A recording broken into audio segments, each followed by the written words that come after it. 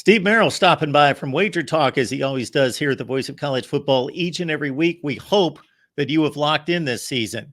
We do have bowl season yet to go in the playoffs, so we will get Steve back to break down those games. But you should have been here the entire season. Steve doing a remarkable job for us. But you know what the good news is? He's always available at Wager Talk TV. WagerTalk.com is the place to be. College basketball, the NFL, and the NBA as well.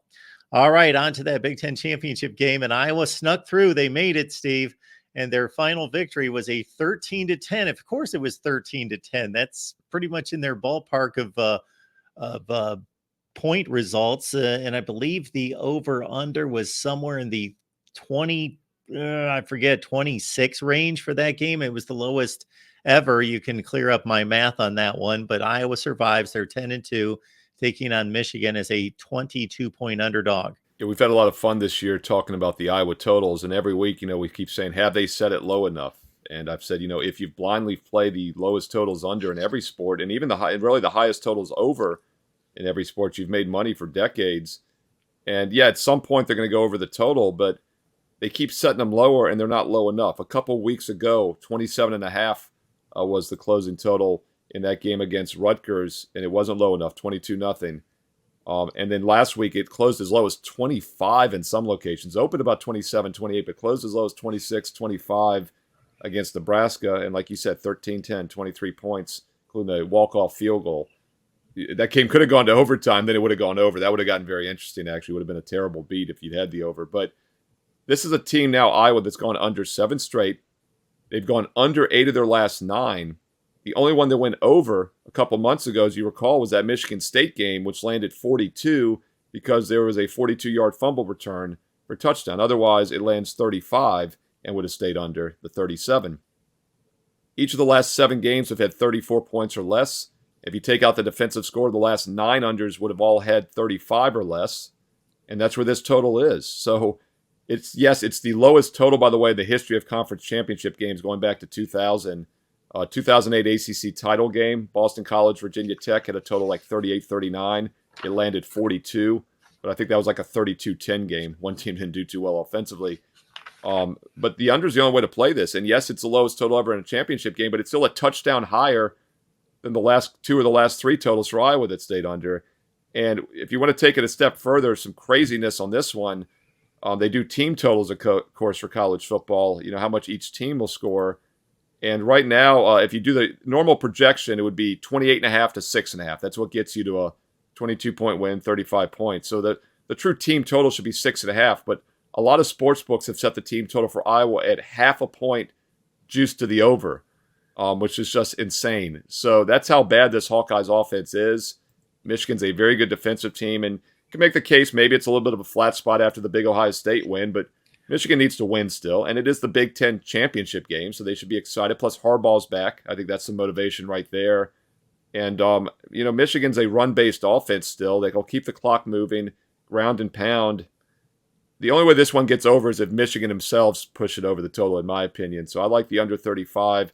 As far as the point spread here, my 10,000-game simulation through the database has Michigan winning by over 23 on average. This line was around 23 earlier in the week.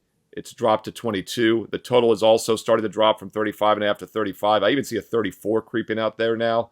So I think that's somewhat correlated. They figure if it's a low-scoring game, it gives the dog a chance. But if you're going to play it, I would lay it. I want nothing to do with Iowa. And I got to point out the one opponent that I think is worth looking at here, because the Big Ten West was so weak, as you know. When they played out of the division and they played Penn State earlier this year, they lose 31-0, and it was not misleading. Penn State had a 24-4 first down edge. Iowa had 20 rushing yards, 56 passing yards, and 4 first downs and no points. So they very well might not score in this game. So it's Michigan and under if you're looking to play it. One of Michigan's best players, Mike Sandersill, said what a lot of people are thinking this week. He said the Big Ten championship game was last week. Yeah. You would expect, yes, mentally, emotionally, a letdown for Michigan. But think about this.